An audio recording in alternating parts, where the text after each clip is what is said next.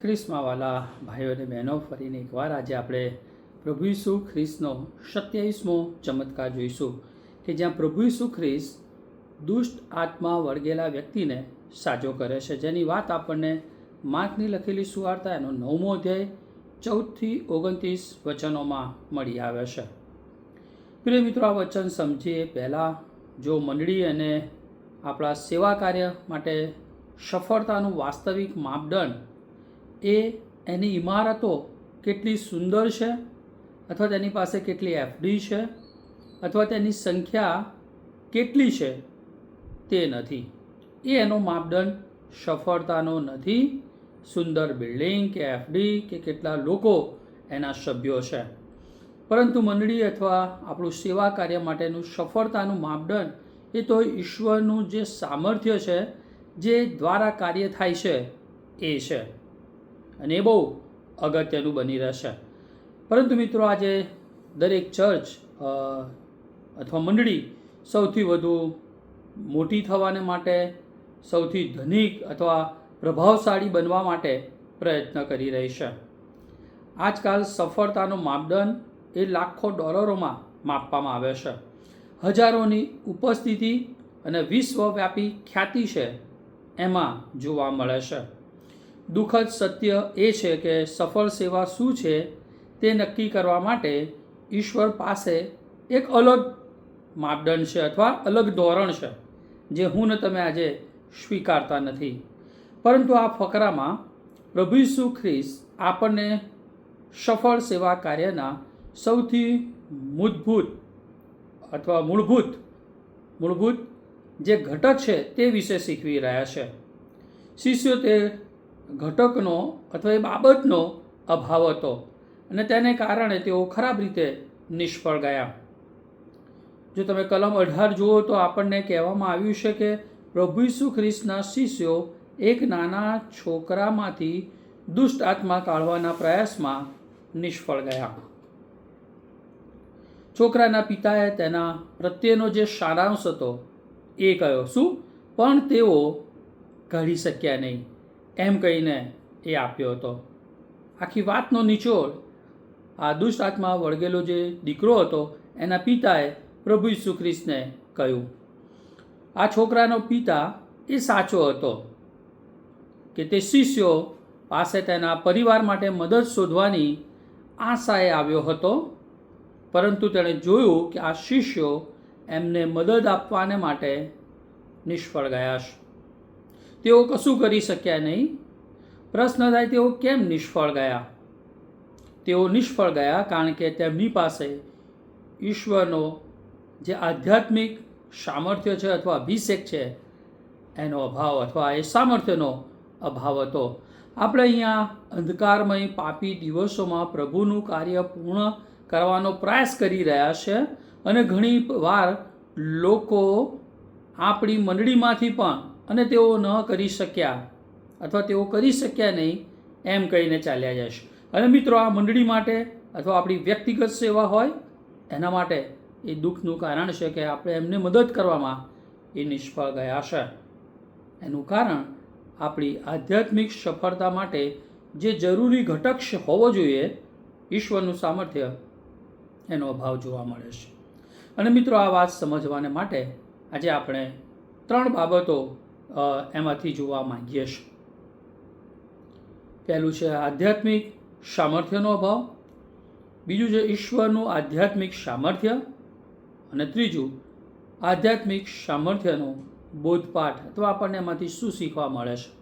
અને આપણે આજે વ્યક્તિગત રીતે, મંડળી તરીકે, કુટુંબ તરીકે આ વચનમાંથી આપણી જાતને તપાસવા માંગીએ છીએ કે આપણે કઈ બાબતનો અભાવ છે અને આપણે જે કાર્ય કરવું જોઈએ એમાં શા માટે નિષ્ફળ જઈ રહ્યા છે, એનું સમાધાન આજના વચનમાંથી આપણને મળશે.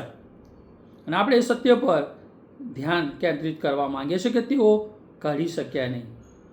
તો પહેલું જોઈએ તો એ 14થી 19 વચનમાં આપણને જોવા મળે છે the lack of spiritual power. મિત્રો, આ માર્કની લખેલી સુવાર્તાનો 9મો અધ્યાય 14થી 19 વચનમાં આપણને જે આધ્યાત્મિક સામર્થ્ય ઈશ્વર તરફથી હોવું જોઈએ આપણામાં, એનો અભાવ જોવા મળે છે. જો તમે 1-13 કલમ વાંચો માર્ક 9ની, જેમાં પ્રભુ ઈસુ ખ્રિસ્તના એ પહાડ પરના રૂપાંતરની વાત કરવામાં આવી છે, જેમાં પ્રભુ ઈસુ ખ્રિસ્ત સાથે પિત્તર, યાકૂબ અને યોહાન એ પહાડ પર હતા અને એમનું રૂપાંતર થતાં એમણે જોયું હતું. અને સ્વર્ગીય પિતા આ પ્રભુ ઈસુ ખ્રિસ્ત સાથે જે વાતચીત કરી રહ્યા હતા એ મહિમા એ એમણે એ પર્વતના એ ટોચ પર જોયો હતો. તેઓએ મૂસા અને એલિયાને જોયા હતા કે જેઓ પ્રભુ ઈસુ ખ્રિસ્ત સાથે વાત કરી રહ્યા હતા અને એમના બહુ નજીકમાં હવે પછી મૃત્યુ પામવાના છે એ વિશે વાત કરતા સાંભળ્યા. સાથે ઈશ્વરનો પણ અવાજ એમણે સાંભળ્યો કે આ મારો વાલો દીકરો છે. અને જેઓ પર્વત પરથી નીચે આવતા એ બહુ ઉત્સાહથી ઉતરતા હતા, કારણ કે આ બધો મહિમા એમણે જોયો હતો. અને જ્યારે એવું નીચે આવે છે ત્યારે તો તેઓ જુએ છે કે શું બની રહ્યું છે. તો 9 શિષ્યોની વાત તમે જુઓ તો શાસ્ત્રીઓ એમની સાથે દલીલ કરી રહ્યા છે 14મી કલમમાં. અને એક વ્યથિત પિતા કહે છે પોતાના દુષ્ટ આત્માગ્રસ્ત દીકરાને પ્રભુ ઈસુ પાસે સાજો થવાને માટે લાવ્યા હતા, પરંતુ કહે છે પ્રભુ ઈસુ ખ્રિસ્તના શિષ્યો તે દુષ્ટ આત્મા કાઢી શક્યા નહીં. આથી એવું લાગે છે કે શાસ્ત્રીઓ અને શિષ્યો સાજા કરવાના સામર્થ્યના અભાવે આ શિષ્યોની મજાક કરી રહ્યા હતા અથવા મજાક ઉડાવી રહ્યા હશે. અને 16મા વચનમાં પિતા પીડાદાયક વિગતવાર તેમના પુત્રની એ દયનીય સ્થિતિનું વર્ણન કરે છે. પિતા પોતાના દીકરો સાજો ન થવાને લીધે એ નિરાશ છે, હતાશ છે અને પોતાની દયનીય પરિસ્થિતિનું વર્ણન એ પ્રભુ ઈસુ ખ્રિસ્તને કરી રહ્યા છે. માર્ક 9 અને 17મી કલમ, એક દુઃખદ સ્થિતિ જ્યારે પ્રભુ ઈસુ ખ્રિસ્ત આ વિગતો સાંભળે છે ત્યારે થાય છે. તેમણે સાંભળ્યું અને એમણે જોયું કે શિષ્યો આ કામ કરી શક્યા નહીં અને અહીંયા નિરાશા જોવા મળે છે. અને માટે પ્રભુ ઈસુ ખ્રિસ્ત આ વચનમાં જે એક ઊંડો જે વેદના છે, પીડા છે જોવા મળે છે કે ઓહ એ શબ્દથી એ શરૂઆત કરે છે. તે સામાન્ય રીતે કહે છે ભારે પ્રાર્થનાના સમયને માટે આ શબ્દ વાપરવામાં આવતો. દાખલા કે ઓ આકાશમાં અમારા બાપ, એક ઊંડો સંબંધ બતાવવાના માટે, એક ગાઢ સંબંધ બતાવવાના માટે એ હૃદયમાંથી આવતો એ ઉદ્ગાર હતો. અને પ્રભુ ઈસુ ખ્રિસ્ત આ ઊંડી વેદના સાથે ઓ અવિશ્વાસ અથવા આડી પેઢી એમ કહીને શબ્દો ઉચ્ચારે છે. શું મિત્રો તમે ક્યારે એવો સમય તમારા જીવનમાં આવ્યો છે જ્યારે તમારું હૃદય એ તૂટી ગયું હોય, જ્યારે તમારો આત્મા પોતાનું દુઃખ ઠાલવતા પ્રભુને ઓહ કહેતો હોય? એવું અનુભવ્યું છે? મેં અનુભવ્યું છે મિત્રો, તમે પણ એ રીતે અનુભવ્યું હશે. પ્રભુ ઈસુ ખ્રિસ્ત કહે છે તે દિવસે ત્યાં ભેગા થયેલા દરેક વ્યક્તિ પ્રત્યે પોતાની નારાજગી વ્યક્ત કરી રહ્યા હતા. તેમને દુઃખ છે કે કોઈ વિશ્વાસ કરી શકતું નથી એમની પર. શિષ્યો જેમણે તેમની શક્તિ અથવા સામર્થ્યને પ્રત્યક્ષ જોયું છે તેમ છતાં તેઓને વિશ્વાસ નથી. ધાર્મિક આગેવાનો કે જેઓની પાસે એ નિયમશાસ્ત્ર હતું, એમને ખબર હતી કે મસીહા આવનાર છે, પણ તેમ છતાંય પ્રભુ ઈસુ ખ્રિસ્ત પર ઈશ્વર તરીકે, મસીહા તરીકે સ્વીકારતા નથી. વિશ્વાસનો અભાવ જોવા મળે છે. એ ભેગું થયેલું ટોળું અથવા લોકો પણ એ વિશ્વાસનો અભાવ જોવા મળે છે. આ તૂટેલા હૃદયવાળા પિતા પાસે પણ પોતાના દીકરાને દુષ્ટ આત્માથી સાજો કરવા માટે જરૂરી વિશ્વાસ તેનામાં જોવા મળતો નથી. પ્રભુ ઈસુ ખ્રિસ્ત આ વિશ્વાસનો અભાવ જોવે છે અને 19મી કલમમાં કહે છે કે હું ક્યાં સુધી તમારું સહન કરીશ. મિત્રો, રૂપાંતરની જે વાત હમણાં જોઈ અને ઈશ્વર પિતાની ખાતરી હતી. રૂપાંતરના પહાડ પર એ ત્રણેય શિષ્યોએ જોયું, સાથે ઈશ્વર પિતાએ ખાતરી આપી કે આ મારો વાલો દીકરો છે, તેનું સાંભળો. પછી તરત જ પ્રભુ ઈસુ ખ્રિસ્ત આ એક હૃદયદ્રાવક ક્ષણ એમના માટે હતી. એમનું સામર્થ્ય એમની પાસે હતું, પણ શિષ્યોના એ સામર્થ્યના અભાવને માટે એમને વેદના થાય છે. આ સમગ્ર દ્રશ્યનું સૌથી દુઃખદ પાસું કયું? શું એ છોકરાની સ્થિતિ, શાસ્ત્રીઓનું વલણ કે પિતાનું દુઃખ?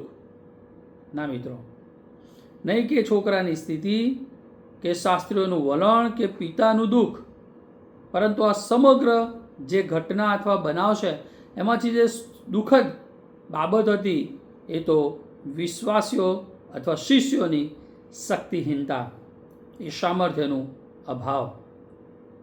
મિત્રો, આ શિષ્યોએ પ્રભુ ઈસુને અસંખ્ય અને અદ્ભુત ચમત્કારો કરતા જોયા હતા, છતાં પણ તેમની પાસે સાચા વિશ્વાસનો આજે અભાવ જોવા મળે છે. આ શિષ્યોએ ભૂતકાળમાં ભૂતોને પણ કાઢ્યા હતા. માર્ક 6:7 અને 12-13 કલમમાં એમણે કામો કર્યા હતા. આ શિષ્યોએ ચમત્કાર જોયા હતા અને પોતે પણ ચમત્કાર કર્યા હતા, પરંતુ હવે તેમના વિશે એવું કહેવામાં આવે છે આ પિતા દ્વારા પણ તેઓ કાઢી શક્યા નહીં. ખરેખર જોતા મિત્રો, આ 9 શિષ્યો એ આધુનિક મંડળીનું ચિત્ર રજૂ કરે છે.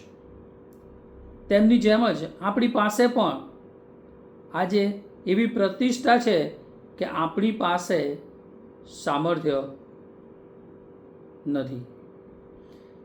પ્રભુ પાસે એ સામર્થ્ય છે, પરંતુ આજે મારી તમારી પાસે સામર્થ્યનો સ્ત્રોત એ ઈશ્વર પોતે છે. આ પિતા પ્રભુ ઈસુ પાસે આવ્યા હતા. તેમણે વિચાર્યું હતું કે શિષ્યો તેમના પુત્રને મદદ કરી શકશે, કલમ 18, પરંતુ તેઓ કહે છે મારા દીકરાને સાજો કરી શક્યા નહીં. તેમની પાસે સામર્થ્યનો અભાવ હતો. આધુનિક મંડળી પાસે આજે અસ્તિત્વ માટે જરૂરી સઘળા વાનાઓ છે.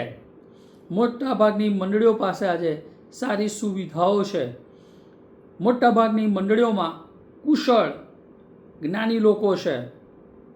ચર્ચના કાર્યને માટે યોગ્ય આયોજન પણ કરે છે.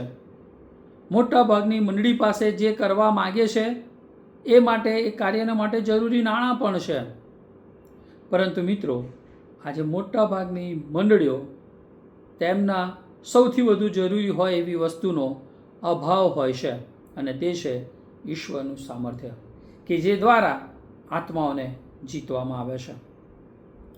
શું મિત્રો, આજે મંડળી જરૂરિયાતમંદ લોકોને એવું વચન આપે છે કે જ્યારે તેઓ અહીં આવે છે, એટલે કે મંડળીમાં, ત્યારે તેઓ એમની મદદ મેળવી શકે છે, અથવા એમના પ્રશ્નોનું એ સમાધાન મેળવી શકે છે, અથવા એમણે જ્યાં જવું જોઈએ ઈશ્વર પાસે ત્યાં લઈ જવાને માટે એ પૂરતા સામર્થ્યવાન છે?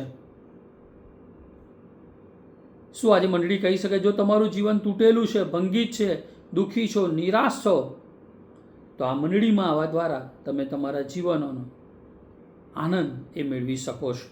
જો તમારું કુટુંબ અલગ થઈ રહ્યું છે તો તમે અહીંયા આવો, અમે તમને ફરીથી ભેગા કરવાના માટે પ્રભુમાં એ કાર્ય કરી શકીએ છીએ. જો તમે પાપમાં ખોવાઈ ગયેલા છો તો અમે તમને બતાવી શકીએ છીએ કે તમે કેવી રીતે એ પાપમાંથી બચી શકો છો. શું આજે મિત્રો મંડળી તરીકે જરૂરિયાતમંદ લોકોને મદદ કરી શકીએ છીએ? શું આજે આપણે એમની કાળજી લઈ શકીએ છીએ? આપણે લોકોને કાલ્વરીની ટેકરી, કે જ્યાં પાપોની માફી છે, ત્યાં સુધી આપણે લઈ જઈ શકીએ છીએ? શું મંડળી તરીકે આપણે એવું સ્થળ બનીએ છીએ?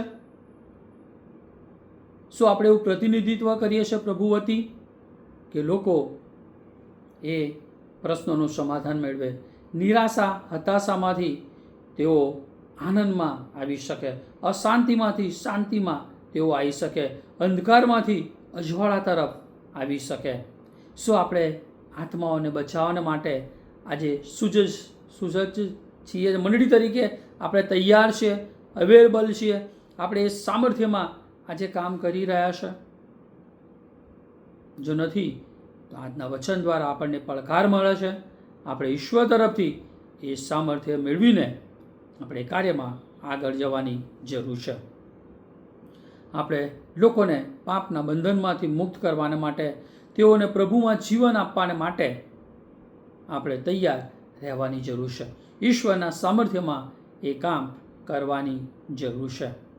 મિત્રો, આપણે નિષ્ફળ ના જઈએ માટે પ્રભુની પાસે આવે.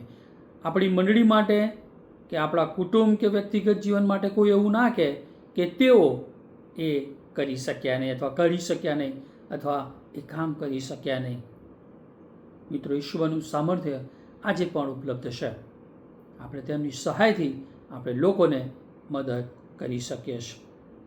પરંતુ મિત્રો, જ્યારે શિષ્યો નિષ્ફળ ગયા ત્યારે માર્ક 9:19મી કલમનો બીજો ભાગથી 27મી કલમમાં જુઓ તો આપણને ત્યાં the lord of spiritual power, પ્રભુ ઈસુ ખ્રિસ્તનું એ આધ્યાત્મિક સામર્થ્યને આપણે જોઈ શકીએ છીએ.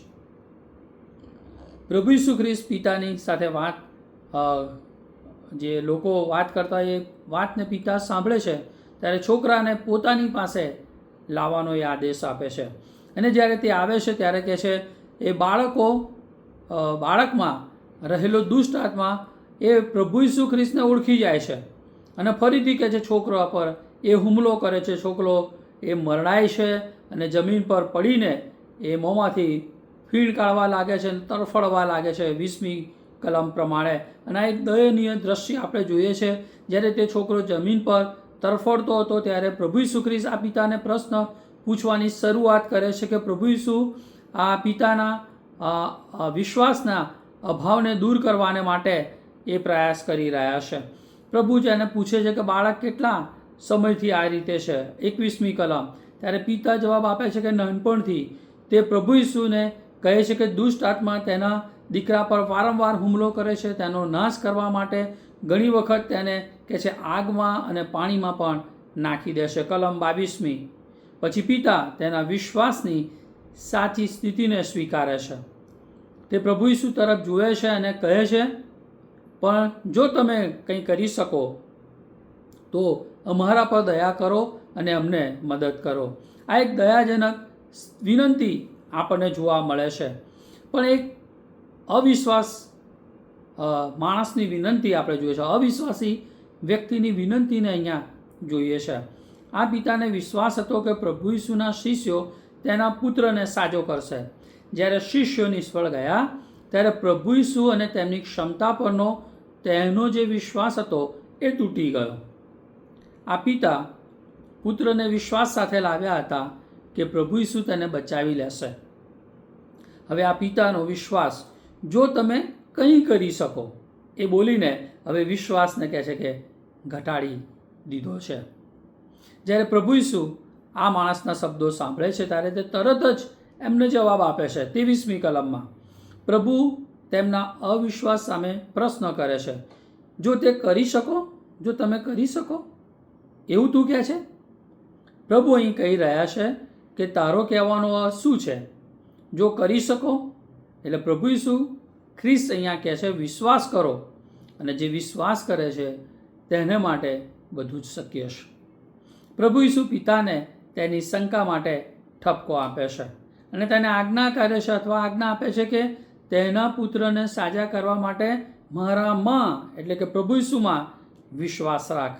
જ્યારે પિતા આ વાત સાંભળે છે ત્યારે આખા બાઇબલની સૌથી પ્રામાણિક કહેવાય ને અને પારદર્શક પ્રાર્થનાઓમાંની એક પ્રાર્થના આપણને અહીંયા સાંભળવા મળે છે. અને મિત્રો, આજે મારે તમારે પણ આપણા જીવનમાં પ્રામાણિક અને પારદર્શક ટ્રાન્સપરન્ટ પ્રાર્થના કરવાની જરૂર છે. તે પ્રભુ ઈસુ ખ્રિસ્ત તરફ જુએ છે અને મોટો ઘાંટો પાડતા એ બોલે છે 24મી કલમમાં કે હું વિશ્વાસ કરું છું, મારા અવિશ્વાસ માટે મને મદદ કરો. બહુ અદ્ભુત નજાયબ જેવી પ્રાર્થના. એનો જે હેતુ છે, ગોલ છે અથવા ધ્યેય છે, પોતાનો દીકરો સાજો થાય એ માટે અવિશ્વાસ છે, માટે એ માટે પ્રભુને પ્રાર્થના કરે છે, પ્રભુ મને વિશ્વાસ આપો કે મારો દીકરો સાજો થાય. તે એવું કહી રહ્યો છે કે પ્રભુ, હું તમારામાં તમારા સામર્થ્યમાં વિશ્વાસ કરું છું, પરંતુ મારો વિશ્વાસ એ નબળો છે. મારા વિશ્વાસમાં વૃદ્ધિ થાય માટે પ્રભુ તમે મને મદદ કરો. પ્રભુ ઈસુ આત્માને છોકરાને છોડી દેવાને માટે અને ક્યારે પાછો ન આવે માટે આજ્ઞા કરે છે અથવા આદેશ આપે છે. 25મી કલમમાં તે દુષ્ટ આત્મા તે દીકરા પર વધુ એકવાર હુમલો કરે છે અને બહાર આવે છે. બાળક એટલો શાંત બની જાય છે કે લોકો માની લેશે કે આ મરી ગયો છે. 26મી કલમ. 27મી કલમમાં પરંતુ પ્રભુ ઈસુ ખ્રિસ્ત તે પછી જે કરે છે તે સર્વશ્રેષ્ઠ છે, કે છે તે બાળકનો હાથ પકડી લેશે અને તેને ઉઠાડે છે. તે દીકરો ઊભો થાય છે અને સંપૂર્ણપણે સાજો પણ થાય છે. મિત્રો, આપણે અંતિમ મુદ્રા પર જઈએ અથવા અંતિમ જે મુદ્દો છે, પોઈન્ટ છે, એ પર તે જઈએ પહેલાં અહીં કેટલાક આધ્યાત્મિક પાઠો આપણે શીખી લેવાની જરૂર છે. આપણે એ સત્યોને નિહાળીએ કે એક શક્તિહીન મંડળી પ્રભુ ઈસુ ખ્રિસ્તને જગતમાં એક ખરાબ રીતે રજૂ કરે છે. જો સામર્થ્ય નથી અને એ પ્રમાણે કામ નથી કરતું, તો હું વ્યક્તિગત રીતે, ખ્રિસ્તી કુટુંબ તરીકે અને મંડળી તરીકે, સમાજ તરીકે આપણે પ્રભુ ઈસુ ખ્રિસ્તને લોકો સમક્ષ ખોટી રીતે રજૂ કરીએ છીએ. કારણ કે શિષ્યોમાં સામર્થ્યનો અભાવ હતો, માટે આ પિતાએ માની લીધું કે જગતમાં ઈસુમાં પણ સામર્થ્યનો અભાવ છે. માટે તેણે પ્રભુ ઈસુ ખ્રિસ્તને કીધું, જો તમે કરી શકો તો પ્રભુ પર અવિશ્વાસ કર્યો. જો મિત્રો આપણે કામ નહીં કરીએ ને, તો લોકો પણ પ્રભુ ઈસુ ખ્રિસ્તમાં વિશ્વાસ નહીં મૂકે. આપણામાં એ સામર્થ્ય નહીં હોય પ્રભુ તરફથી, તો આપણે લોકોને પ્રભુ ઈસુ ખ્રિસ્તને યોગ્ય રીતે મૂકી શકીશું નહીં. ભલે આપણું ઘર કે ચર્ચ એ સુશોભિત અને જાજરમાન લાગતું હોય, પણ જો તેમાં નિરાશ, હતાશ, શીતળતા અને ઉદાસીનતા લોકો જુએ છે, તો જગતના હારી ગયેલા અને પરેશાન લોકો માની લે છે કે ઈસુ એટલો જ નિર્બળ છે, એટલો જ શક્તિહીન અને મૃત છે. આપણી સ્થિતિ જોઈને એવું લાગશે. માટે મિત્રો, આપણે જેવી રીતે લોકો આગળ રજૂ થઈશું ને, એ રીતે લોકો ઈસુને જોશે. માટે આપણે બહુ કાળજીપૂર્વક આપણે જીવન જીવવાની જરૂર છે. કારણ કે આપણા જેવા ઈશ્વર હશે ને, એવા આપણે, અને જેવા આપણે એવો આપણો ઈશ્વર. એટલા માટે આપણે બહુ ગંભીર રીતે જીવન જીવવાની જરૂર છે અને કાર્ય કરવાની જરૂર છે. કારણ કે જગતને જે સામર્થ્ય ઉદ્ધારક પ્રભુ ઈસુને આપવું જોઈએ, એમાં આપણે નિષ્ફળ જઈએ છીએ અને નિષ્ફળ ના જઈએ માટે આપણે તૈયાર રહેવાની જરૂર છે. જગત એ જાણે કે પ્રભુ ઈસુ ખ્રિસ્ત જ એકમાત્ર તારણહાર છે, ઉદ્ધાર આપનાર. એમાં આપણને સાજાપણું છે. એ માનસિક હોય, આધ્યાત્મિક હોય કે શારીરિક, દરેક સાજાપણું આપનાર એકમાત્ર પ્રભુ ઈસુ ખ્રિસ્ત છે. તે પાપોની માફી આપે છે, દુઃખોમાંથી છોડાવે છે, આ બધી જ જગતમાં કેવી રીતે જીવન જીવવું એની સમજ આપે છે, અને દરેક પાપના બંધનમાંથી છોડાવના જો હોય, દરેક કુટેવોમાંથી, એકમાત્ર પ્રભુ ઈસુ ખ્રિસ્ત છે. અને એ વાત આપણે બીજાઓને પણ જણાવવાની જરૂર છે, કે જેથી લોકો એ શંકામાંથી બહાર આવે, લોકો પ્રભુ ઈસુ ખ્રિસ્ત પર વિશ્વાસ કરે. કારણ કે પ્રભુ ઈસુ ખ્રિસ્તે કીધું છે, જો તમારામાં રાઈના દાણા જેટલો વિશ્વાસ હશે ને, તો પહાડને કહેશો કે તું ખસી જા, તો એ ખસી જશે, અને તમારા માટે કશું જ અશક્ય નથી. માથી 17:20 આ વચન કહેશે.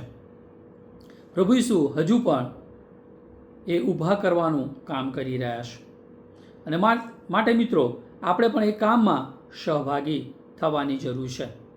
પ્રભુ આજે લોકોને નવા બનાવવા માંગે છે, લોકોના જીવનને દ્રઢ અને મજબૂત કરવા માંગે છે. અને એ સામર્થ્ય એ પ્રભુ મને તમને આપવા માંગે છે. માટે આપણે સામર્થ્ય દ્વારા પ્રભુના મહિમાને માટે કાર્ય કરીએ. છેલ્લી બાબત જોઈએ, માર્ક 9:28-29 વચન, the lesson of spiritual power. મિત્રો, જે આધ્યાત્મિક સામર્થ્ય છે, એમાંથી આપણને કયું લેશન અથવા કયું શિક્ષણ મળે છે? તો 28-29 કલમ જોઈએ. તો જ્યારે આ ઘટના પૂરી થાય છે અને જ્યારે શિષ્યો પ્રભુ ઈસુ ખ્રિસ્ત સાથે એકાંતમાં આવે છે અથવા એકલા મળે છે, ત્યારે 9 શિષ્યો આ છોકરાને સાજો કરવામાં નિષ્ફળ ગયા એ વિશે પ્રભુ ઈસુ ખ્રિસ્તને પ્રશ્ન પૂછે છે કે શા માટે અમે નિષ્ફળ ગયા. 28મી કલમ. આ શિષ્યો તેમની આધ્યાત્મિક નિષ્ફળતા વિશે ચિંતિત હતા અને ચિંતા હોવી જ જોઈએ. શું મિત્રો, આજે તમને જ્યારે આત્મિક કામ કરવામાં નિષ્ફળ જાઓ છો ત્યારે તમે તમારા વ્યક્તિગત જીવન વિશે ચિંતિત છો? મંડળી તરીકે શું તમે એ ચિંતા રાખો છો કે શા માટે અમે આત્માઓ જીતવામાં નિષ્ફળ જઈએ છીએ? પ્રભુ ઈસુ ખ્રિસ્ત બહુ સરળ અને સ્પષ્ટ જવાબ ત્યાં આપે છે, જે મને તમને પણ એ જવાબ મળે છે. કેમ નિષ્ફળ ગયા? કારણ કે જીવનમાં આધ્યાત્મિક શિસ્તનો એ અભાવ હતો. 29મી કલમમાં કહે છે, પ્રાર્થના સિવાય બીજા કોઈ ઉપાયથી એ જાત નીકળતી નથી. અને આ જ વચન માથી 17 ને 21માં કહે છે, પણ પ્રાર્થના તથા ઉપવાસ સિવાય એ જાત કહે છે નીકળતી નથી. પ્રાર્થના એ ઈશ્વર સાથેનો ગાઢ સંબંધ, સંવાદ અથવા વાતચીત બતાવે છે. ઈશ્વર પરનું આધારિતપણું બતાવે છે, જેમાં શિષ્યો નિષ્ફળ ગયા. આપણે સેવામાં નિષ્ફળ જઈએ છીએ તો પ્રાર્થના કરવામાં નિષ્ફળ ગયા છે. બીજું કહે છે ઉપવાસ. ઉપવાસ શું બતાવે છે? સંપૂર્ણ સમર્પણ અથવા ઈશ્વરની શરણાગતિ. અને મિત્રો, આપણા જીવનની એ શૈલી હોવી જોઈએ. રોજે રોજ ઈશ્વર સાથેનું સમર્પણ અને શરણાગતિને સ્વીકારવી જોઈએ. આપણે સેવામાં નિષ્ફળ જઈએ છીએ કારણ કે ઈશ્વર સાથે જે રીતે વાતચીત કરવી જોઈએ, ઘર બેસીને રઘવાટ વગરનો એ સમય હોવો જોઈએ, એમાં આપણે નિષ્ફળ ગયા છે. ઈશ્વરને જે પૂરેપૂરું સમર્પણ કરવું જોઈએ, એમાં હું ને તમે નિષ્ફળ ગયા છે.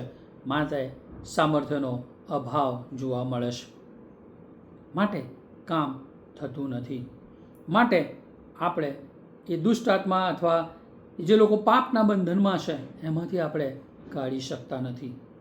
પ્રભુ એવું કરે કે પ્રભુ એમનો સામર્થ્યથી આપણને ભરે. આપણે નિયમિત ઉપવાસ સહિતની પ્રાર્થનામાં આગળ વધીએ અને આપણે પ્રભુના મહિમાને માટે અસંખ્ય આત્માઓને પ્રભુના રાજ્યમાં દોરી લાવીએ. જો સામર્થ્ય નથી તો પ્રેરિતોનો કૃત્ય 19મો અધ્યાય 13 થી 17 વચનોમાં આપણે સ્કેવાના 7 દીકરા જે નિષ્ફળ ગયા, એવી નિષ્ફળતા આપણી પણ આવી શકે છે. માટે આપણે પ્રાર્થના કરવાની જરૂર છે. પ્રાર્થનામાં ઈશ્વરનું મુખ અને ઈચ્છા શોધવાની જરૂર છે. 1 થેસલોનિકા 5:17, લૂક 18 કહે છે સર્વદાને નિત્ય પ્રાર્થના કરવાનું કીધું છે. આપણે કારણ કે પ્રભુએ વચન આપ્યું છે કે આપણી પ્રાર્થના સાંભળશે. યર્મિયા 33:3, યશાયા 65:24 પ્રમાણે. અને પ્રભુ આપણી પ્રાર્થનાનો જવાબ આપવાનું વચન આપ્યું છે. માથી 7:7-11, માર્ક 11:24, યોહાન 14:13-14 અને 15મું અધ્યાય અને 7મું વચન. માટે આપણે ઉપવાસ સાથે પ્રભુની શરણાગતિ કરીએ અને પ્રભુ તરફથી જે આપણને આશીર્વાદ મળે છે એનો આપણે સ્વીકાર કરીએ. પ્રભુના મહિમાના માટે આપણે નિર્ભર રહીએ પ્રભુ પર. કારણ કે યોહાન 15:5 કહે છે આપણે પ્રભુથી નિરાળા રહીને કશું જ કરી શકતા નથી. આપણે યોગ્ય ફળ એ ઈશ્વર વગર આપી શકતા નથી. માટે મિત્રો, આપણે પ્રભુ પર આધાર રાખીએ. પ્રભુના સામર્થ્યથી આપણે પ્રભુના મહિમાના માટે આપણે કાર્ય કરીએ અને માટે પ્રભુના મુખને શોધીએ એ જરૂરનું છે.